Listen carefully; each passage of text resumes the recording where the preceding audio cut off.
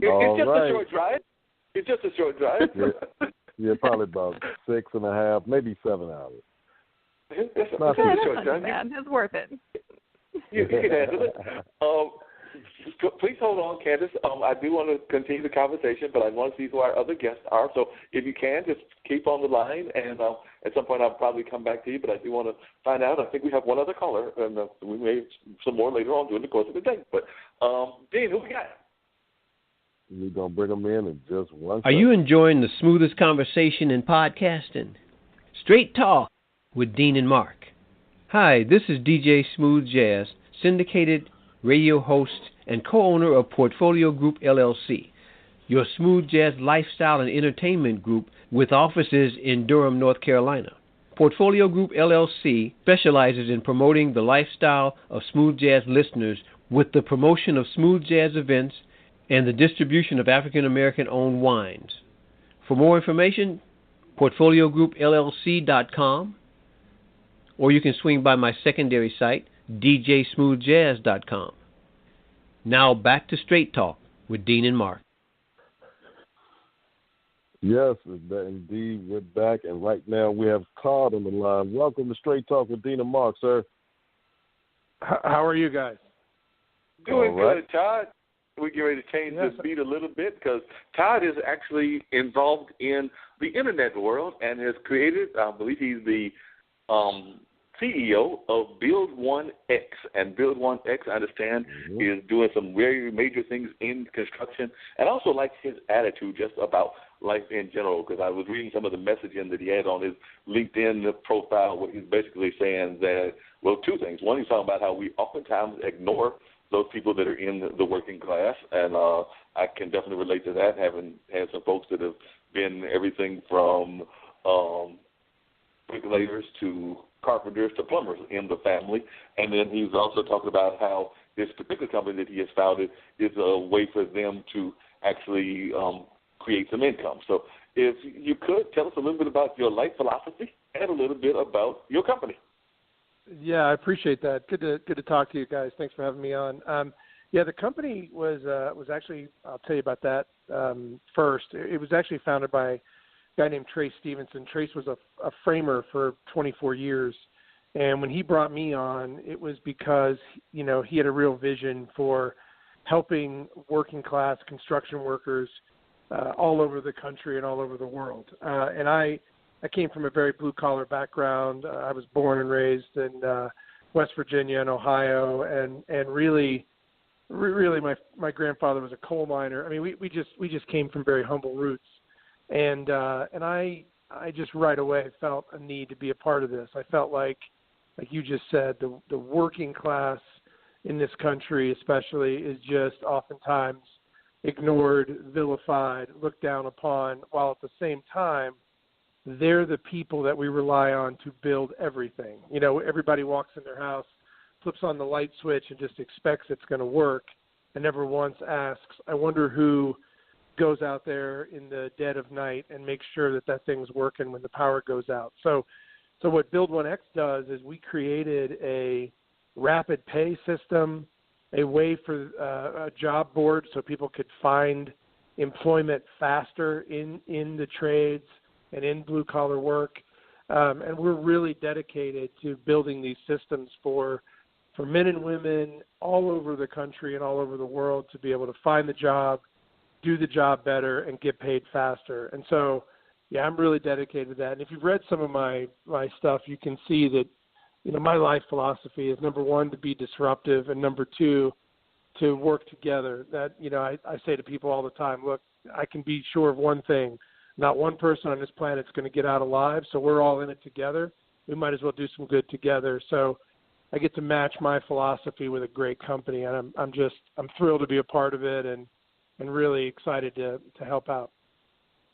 Yeah, definitely. And so often we do ignore a lot of people in the working class. I know that a lot of times we just ignore them, or we seem to want to sweep them underneath the rug, the proverbial rug and everything, because a lot of times we just seem to not want to deal with them whatsoever.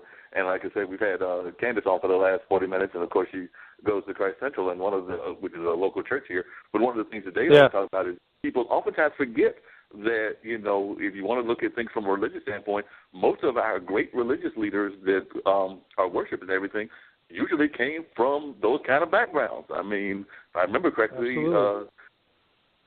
Jesus had carpentry in his family and everything. Yeah, so absolutely. A lot of times people forget the fact that a lot of folks came from the working class, but, we have folks that are very much involved in the more, for lack of better terms, the more corporate kind of side of business and everything, that we oftentimes forget the people that are on the other level. I know even when we've had the whole conversations going around lately around what's going on with our immigrant community, a lot of times folks just try to dismiss them, even though a lot of times we don't even want those jobs. I mean, if you ask a lot of people if they want to work on a construction company or if they want to go into plumbing, a lot of our young folks will look at you like you bumped your head. Yeah, and it's unfortunate because, the industry of construction or trade jobs or blue-collar work tends to be an industry where you can make a really good living. You tend to not be stressed out as much because you're not going home at the end of the day still working, checking your email, and obsessed about, that presentation you have to give at the office tomorrow. So at the end of the day, when you finish your job, you feel like you've actually done something with your life and you've actually accomplished something for the good. I will tell you guys this. One of the things that shocked me about the construction industry is how people get paid. That's one of the things we're solving. But a lot of us out there don't realize that construction workers still get paid with paper checks. A lot of times it gets delayed. The banking institutions tend to punish them if they have an overdraft or if they, if their check gets held for 14 days. So these people, here they are building our infrastructure, people we depend on, and they can't even get their money on time and in a way that is modern like the rest of us. And to me, that's I like the business because it's a good business. I also like it because we're literally making a difference in the lives of these people, and it's about time they get some respect back. So I'm glad to be a small part of that. But I think by helping them get paid fast, we're going to make a massive difference for these workers. And, just because people are dirty at the end of the day because they've been working hard doesn't mean they don't deserve our respect. In fact, they deserve a whole lot of respect for doing that. Oh, yeah. I mean, I'm oftentimes amazed, as I said, that we're here in the Durham area and around Durham and Raleigh. There's just a massive boom of construction that is going on. So, and I'm one of those people that depends on mass transit. So sometimes if I'm on the bus, I'll see people that are coming from these construction jobs and things of that nature. And you're right. I mean, a lot of times they are working in an industry where they have to deal with elements. Like I said, we've had severe rain. We've had, of course, beating sun. It was kind of cool the last few days, but the sun was back today. And sometimes these folks are doing these jobs on major construction buildings.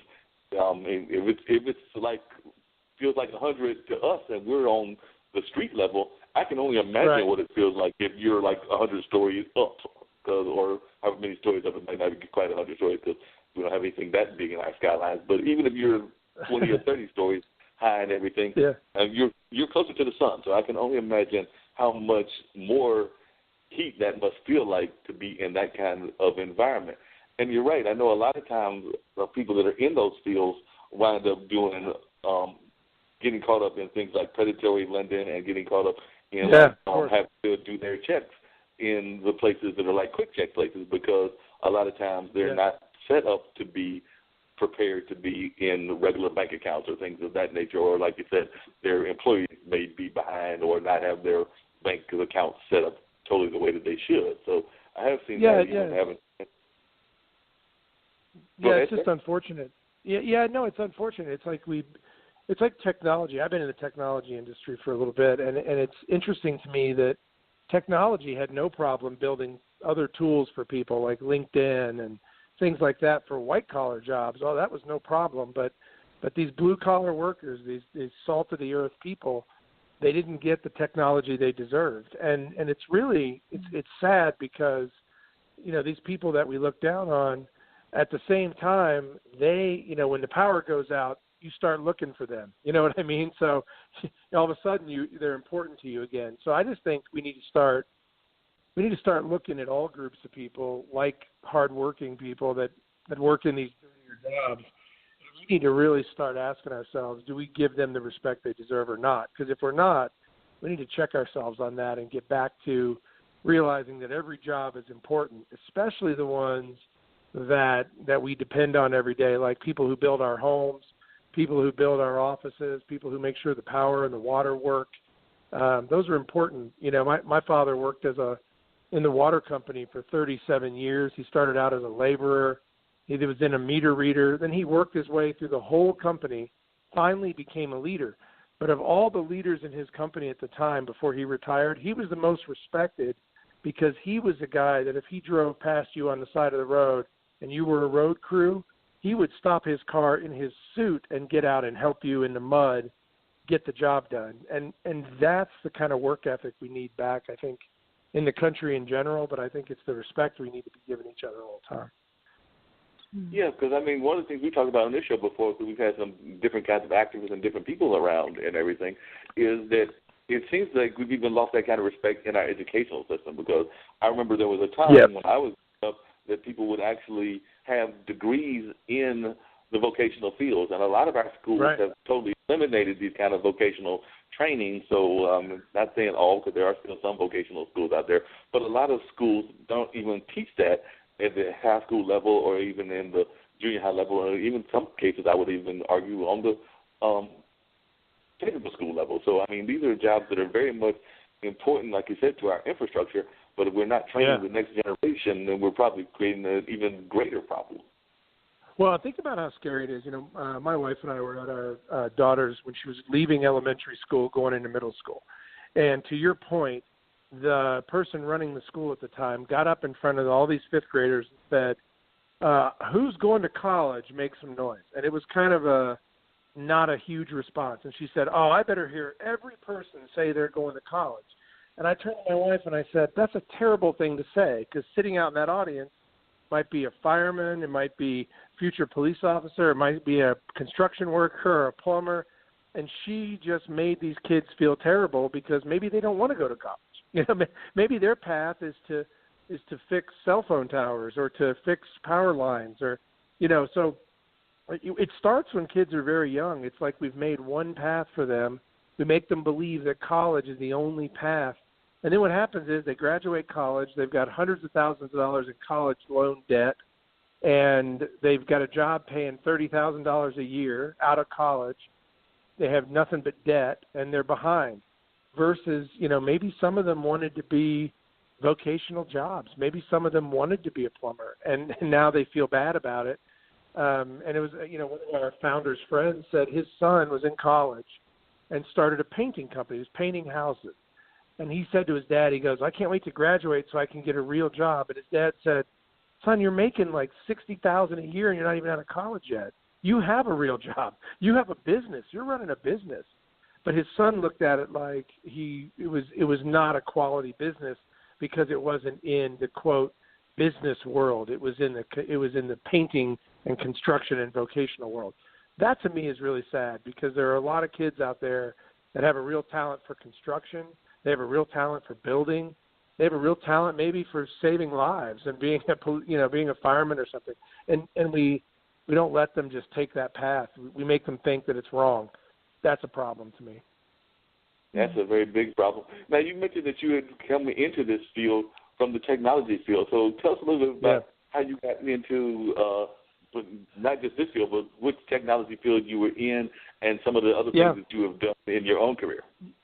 Yeah, that's great. It's actually really funny. I had been in the business world for about 10 years, and in 2013 I left that and got into startups. And one of the startups I got into was like a dating and social networking app. And we got to like 300,000 users very quickly. It was a really exciting technology. It actually taught me a lesson, though. I did a TED Talk about this, but it actually taught me a lesson about technology, that if we don't use technology as a tool, it can actually hurt our society rather than helping it. And what I learned from the social networking technology company that I had was that, you know, we tend to use technology not as a tool. We tend to make it this sort of crutch that we use all the time inappropriately. You know, we look at people like they're not people anymore. We look at them like, you know, things we can order. You know, in a dating app, for example, if I get bored with somebody, I can quickly go to another profile and another profile. And people stop